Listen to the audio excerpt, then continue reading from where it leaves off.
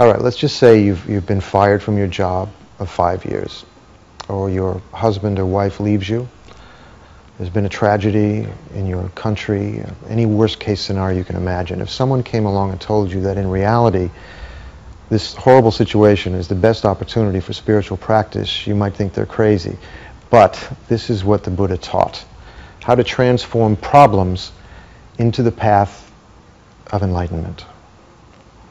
It makes sense. The world is still full of war and poverty, and our minds are full of delusions like anger, jealousy, and attachment. Problems are constant.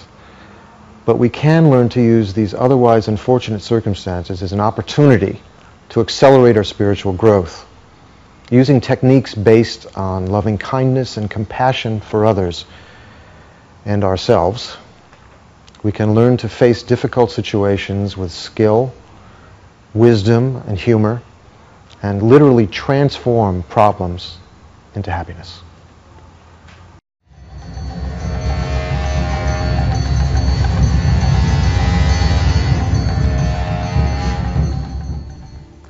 Transforming suffering into the path to enlightenment is at the very heart of the Buddha's Mahayana teachings. But these thought transformation techniques are, in fact, very difficult to practice. When they were first taught, they were kept secret for that very reason, because of their difficulty.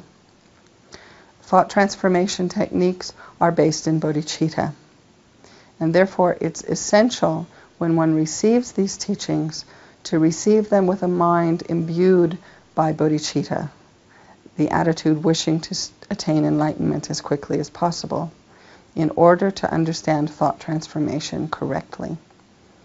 Therefore, for that reason, generate in your mind now a strong intention to achieve enlightenment as quickly as possible in order to bring to enlightenment all other suffering mother sentient beings quickly.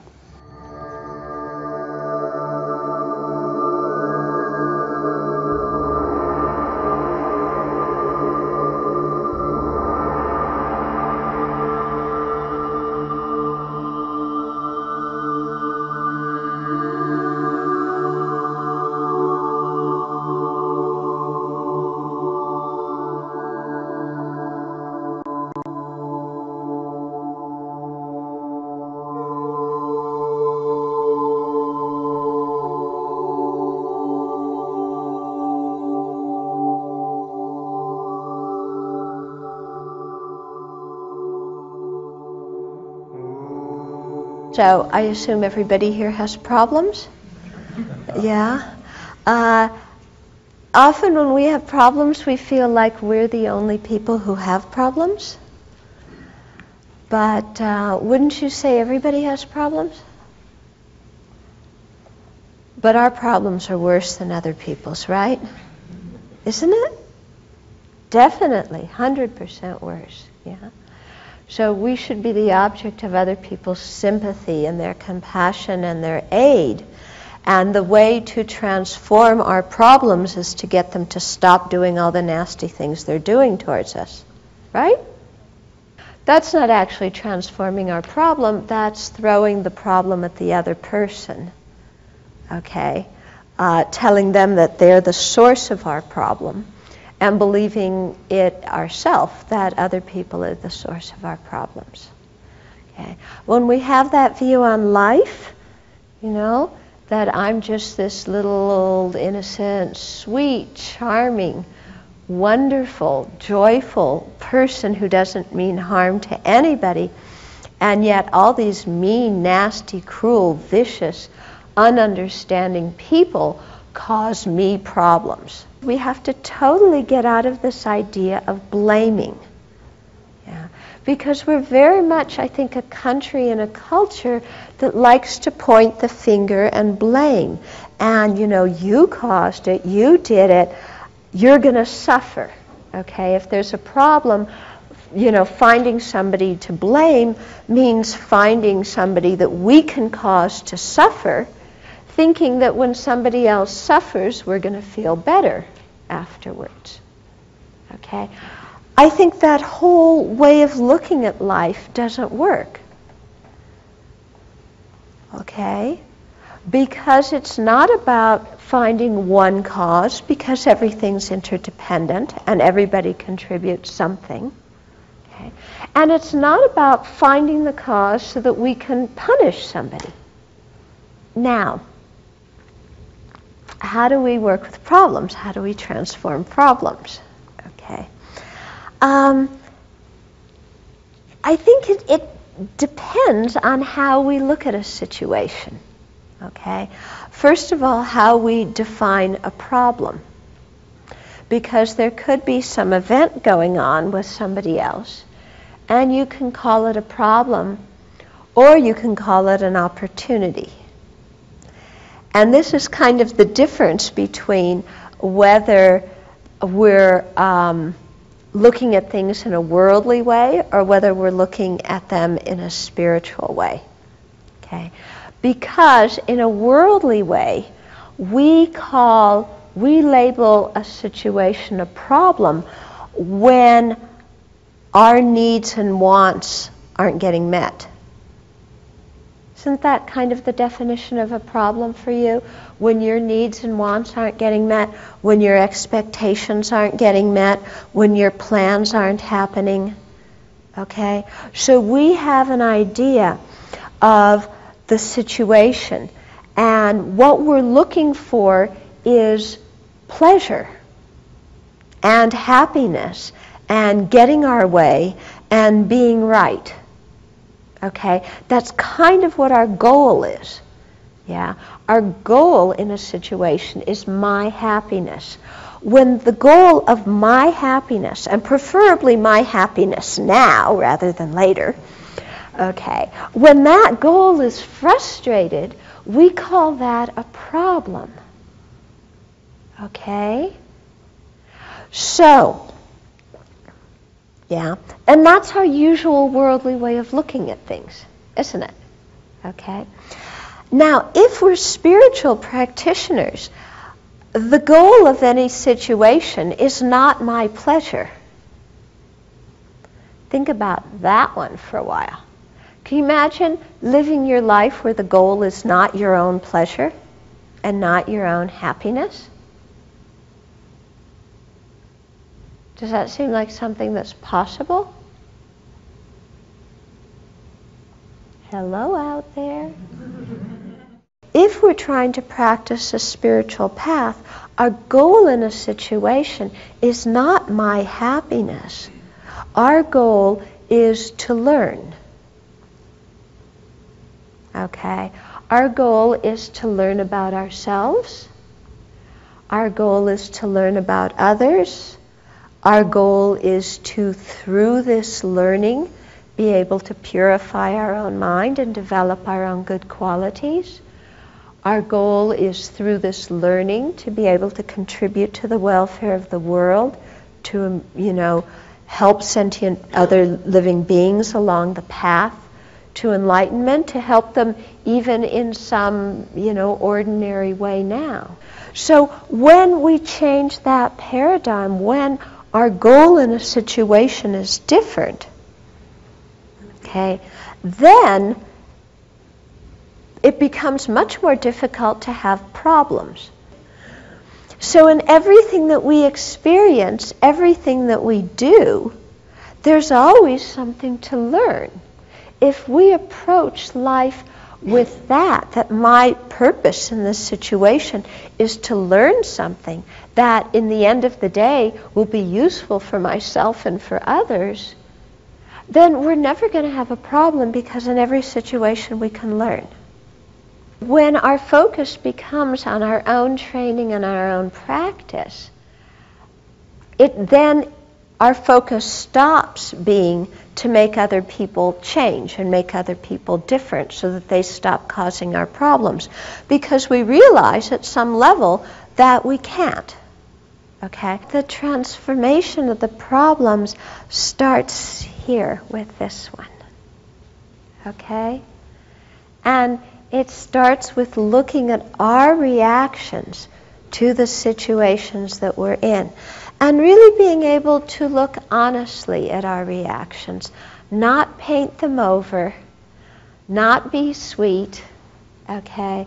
But really kind of be able to sit there and, okay, somebody's acting this way. Why am I reacting in this? What do I think I need from this person that they aren't giving me? And how, where does contentment really come from? When you're content, do you get angry? No. When you're content, do you get jealous? When you're content, do you hold on to a grudge?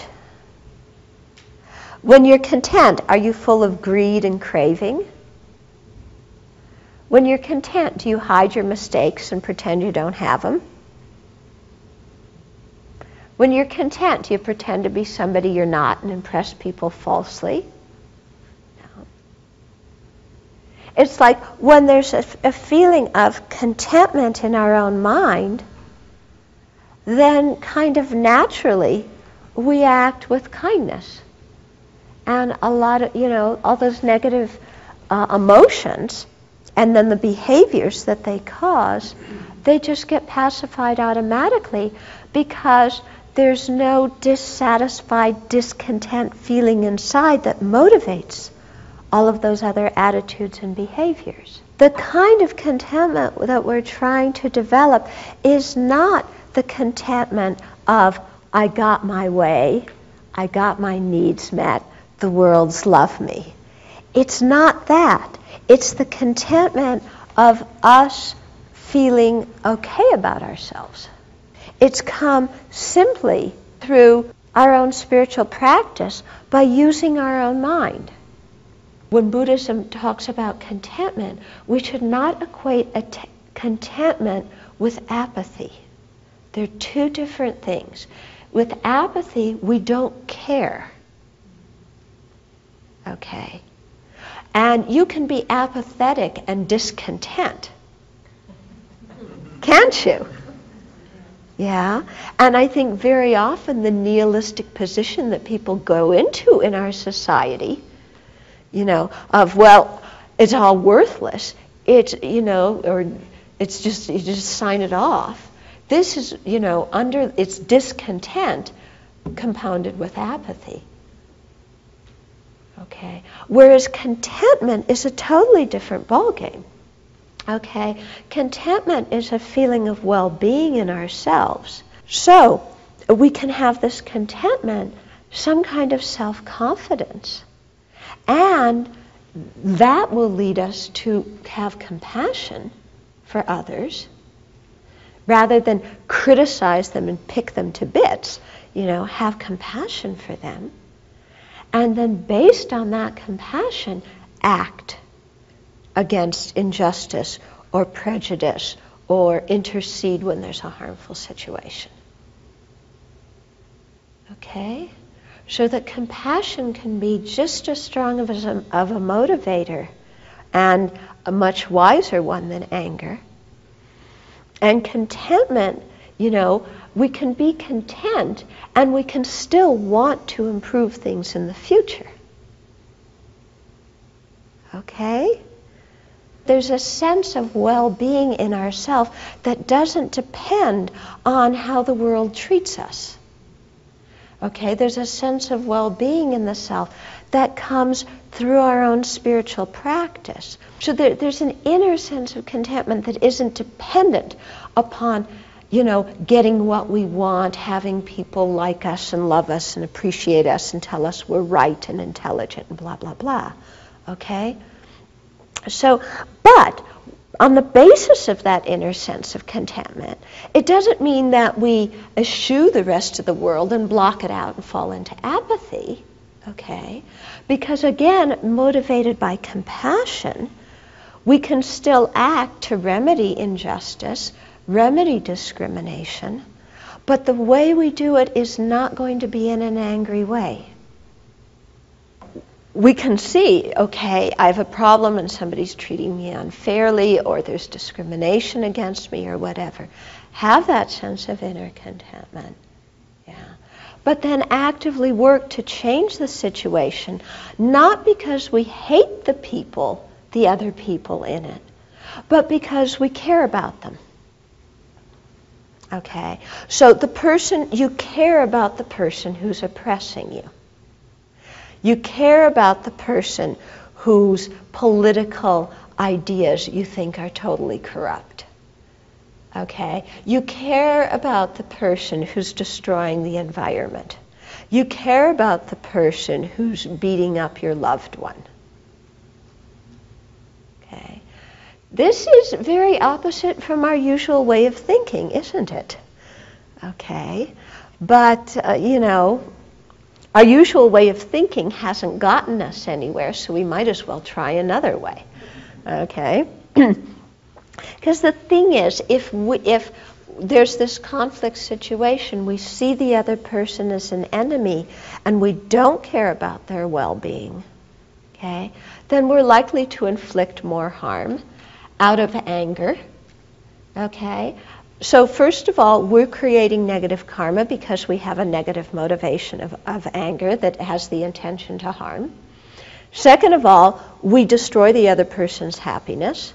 Because they're more miserable, then they're going to do more that harms us back. So we're just escalating the conflict. So we fight oppression or, injustice or ecological devastation or whatever out of care for the quote enemy. Because we don't see them as an enemy that's out there that's inherently evil. We see them as another living being just like us who wants to be happy. So this takes, I'm just kind of explaining this using words, yeah. But to actually understand it, we need to sit, okay? This isn't something that we're going to get through just intellectual understanding. We have to really sit, in our meditation practice and think about this. And then we need to examine our own mind. Be able to identify in our own mind when we're content and when we're discontent. Be able to identify in our mind when we're really accepting things and when we've gone into nihilism or apathy. We need to look in our own mind and identify, what does anger feel like? What does genuine compassion feel like? What is a positive aspiration? What does that feel like? So really understanding these things all depends on our own meditation practice. It's not dependent on intellectual understanding. Okay?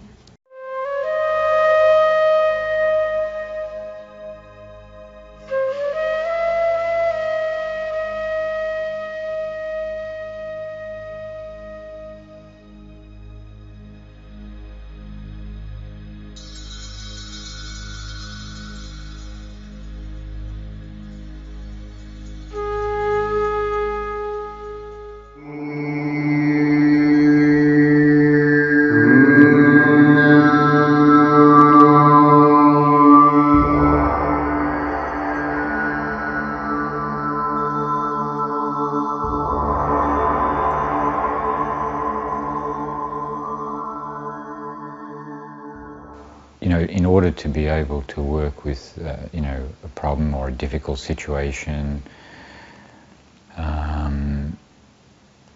in the sense that it doesn't, upset you or make you angry or like that, it's not so much that one part of it is having an antidote at the time, or using a technique at the time, right? But I think far more important than that is that one has, a fairly steady, continual, solid practice. Meditating on Lam Rim every day, and not just one part of it, but, gradually going through the whole Lam Rim. Not choosing like one part that you like and not doing one part that you don't like, but consistently and continually meditating on the Lam Rim, right? So that really is the basis, because if your mind is becoming more calm, more steady on a daily basis by meditating on the Lam Rim, then when situations arise, there's less chance of being overwhelmed by a negative emotion such as anger or attachment or desire. You're much better or well prepared for the situation. Yeah? And so therefore, in one sense, it's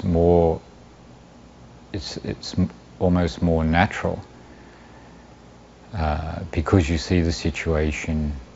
There's better chance or more chance of seeing the situation for what it is, as opposed to what you're projecting or karmically projecting onto the situation.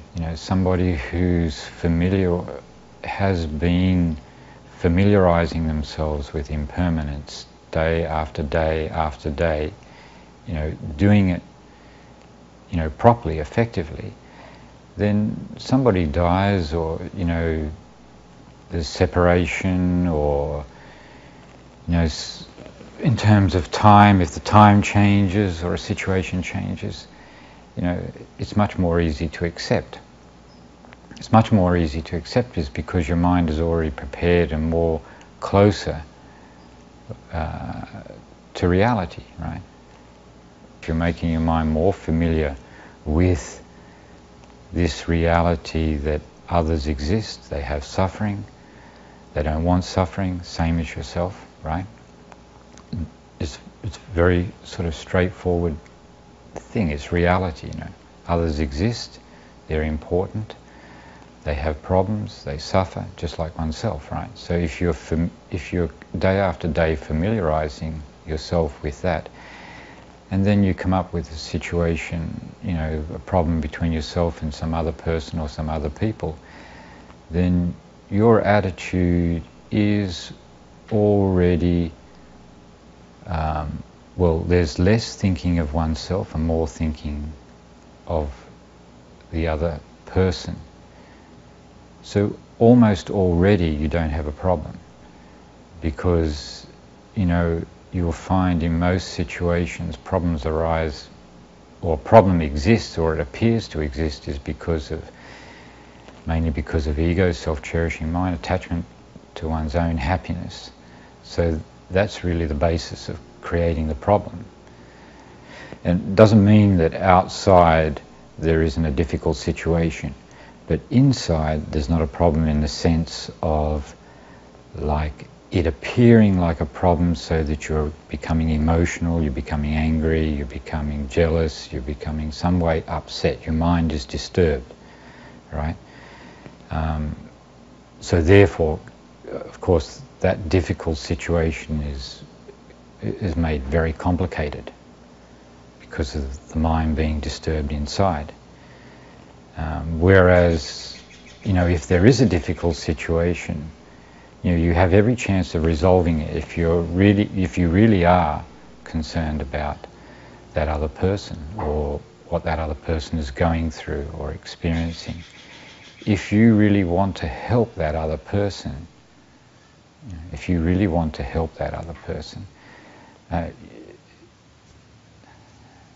there's not a problem. The situation still can be difficult, but there's not really a problem. I mean, your mind is not disturbed or unhappy.